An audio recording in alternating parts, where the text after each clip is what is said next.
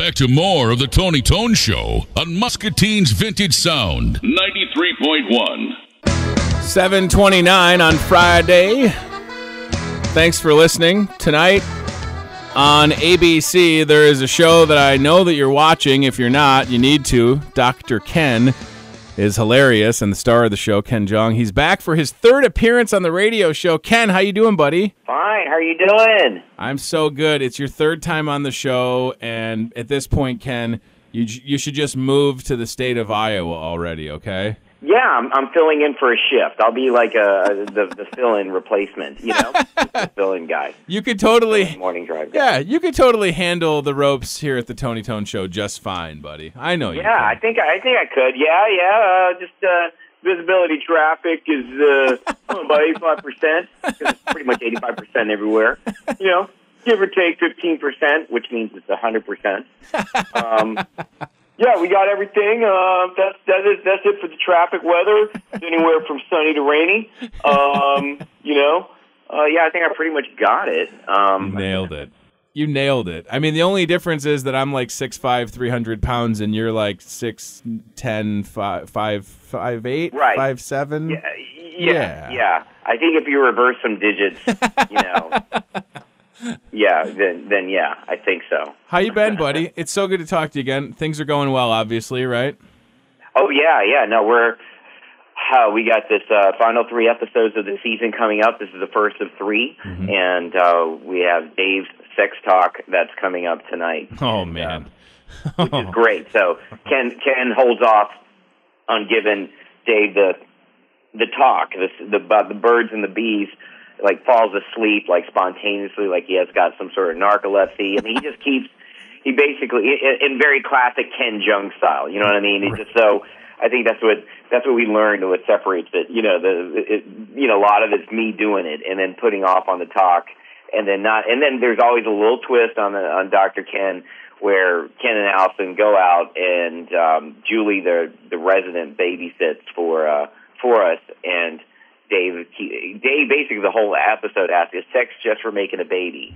And then Julie ends up giving him the birds and the bees talk. And but it turns out Julie is woefully inexperienced and says foreplay is relations with 3 other people, you know, those kind of things. So Dave gets written up at school not just because he's talking about sex, but he's saying wrong things about sex. Right. So there's a lot. It's a lot of fun to be had, and it's definitely one of our funniest episodes to date. And not a moment too soon. You know, we're really finishing strong on the last 3 episodes. So I'm really excited to share this with everybody. I love that, and that for me, Ken, I have a 4-year-old and a 16-month-old, so I'm a few years away from the talk. But boy, I want to be open with my kids when they get to that point, but it seems like it's going to be like a sitcom at my house. Like I'll probably be the stammering fool, like, so what happens is, and then,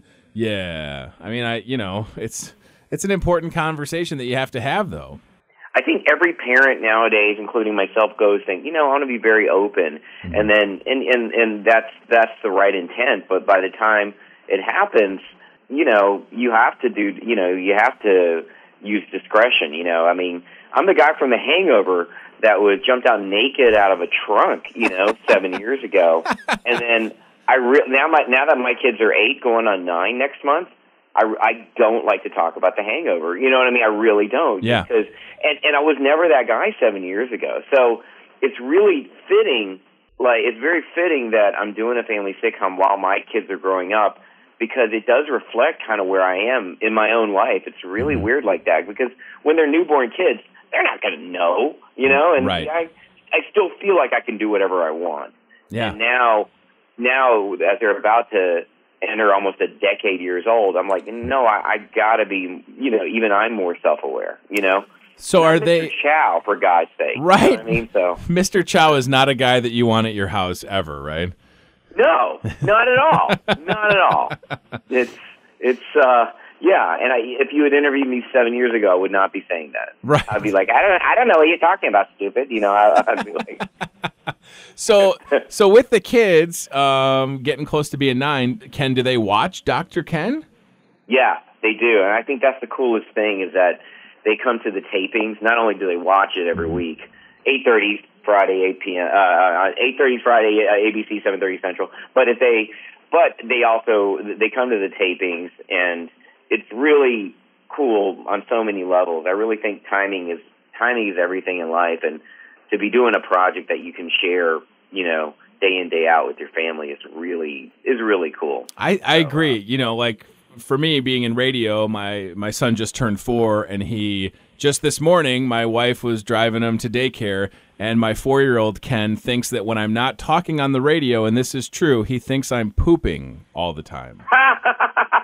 That's what he thinks. Funny. Yeah. It's funny because Zoe, not to sound gross, but I was FaceTiming my kids in my hotel room. I'm here in New York, actually, promoting Dr. Ken and doing Jimmy Fallon tonight. But I was FaceTiming my kids, and then my kids saw like 2 toilet paper rolls in the bathroom. Oh, that's great, Daddy. Good for you.